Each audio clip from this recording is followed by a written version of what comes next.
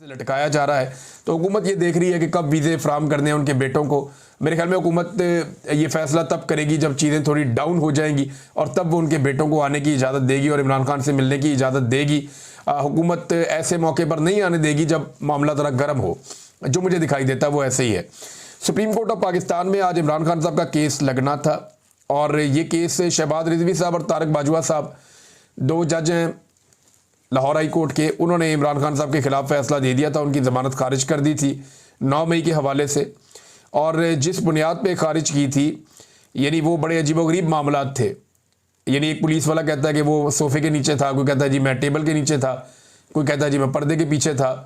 तो इस तरह की गवाहियों की बुनियाद के ऊपर इमरान खान साहब की साजिश को दुरुस्त मानते हुए लाहौर हाई कोर्ट ने इमरान खान साहब की जो ज़मानत है 9 मई में, उसे कैंसिल कर दिया था, उन्हें ज़मानत नहीं दी थी। तो अब ये जस्टिस याह्या अफरीदी साहब की अदालत में मामला है। तो याह्या अफरीदी साहब केस की मेरिट पर बात नहीं करेंगे, ये उन्होंने अपनी अदालत के अंदर कहा।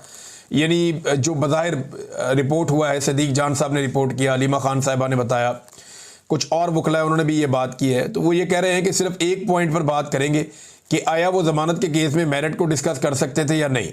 यानी लाहौर हाई कोर्ट में जो ज़मानत का केस है उसके अंदर जो केस के मेरिट्स हैं कि ये केस ठीक तरह बना है या नहीं बना, इसको डिस्कस किया जा सकता था या नहीं किया जा सकता था, सिर्फ ये नुकता हम यहाँ पे उठाएंगे, हम मेरिट्स के ऊपर बात नहीं करेंगे। इसका सादा मतलब जो मुख्तलिफ लोगों ने समझाया, जो वहाँ पे जर्नलिस्ट मौजूद थे, उन्होंने, क्योंकि मैं कोर्ट रिपोर्टर नहीं हूँ, मैं इतना कानूनी मामलात को नहीं जानता, एक तालिब इल्म हूँ इस हवाले से, लेकिन जो चीज़ें सामने आई मैं आपके सामने रख देता हूँ। जितना मैंने इसको समझा है वो ये है कि सुप्रीम कोर्ट ऑफ पाकिस्तान नहीं चाहती कि ये वाले मामला सुप्रीम कोर्ट ऑफ पाकिस्तान में आए कि एक पुलिस वाला टेबल के नीचे छुप गया, कोई पर्दे के पीछे घुस गया, कोई सोफ़े के नीचे घुस गया, और ये पुलिस वालों ने इस तरीके से इमरान खान साहब की साजिश पकड़ी, फिर कभी रिपोर्ट भी नहीं की, फिर कभी जाए वकूआ पे भी नहीं गए, फिर उसके बाद कभी किसी को बताया भी नहीं, और जब बताया तो उसके बाद भी कोई वहाँ पे नहीं गया, किसी ने जाके इलाके का नक्शा नहीं बनाया।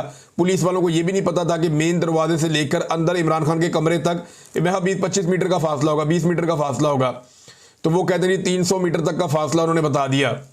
तो एक अजीबोगरीब किस्म की कैफियत थी जो हाई कोर्ट में थी, लेकिन इसके बावजूद हाई कोर्ट ने वहाँ पे इमरान खान साहब को ज़मानत नहीं दी। अब ये मामला सुप्रीम कोर्ट में आया तो सुप्रीम कोर्ट चाहती है कि इन टेक्निकल नुक्तों के ऊपर बात ही ना हो, सिर्फ एक पॉइंट के ऊपर बात करें।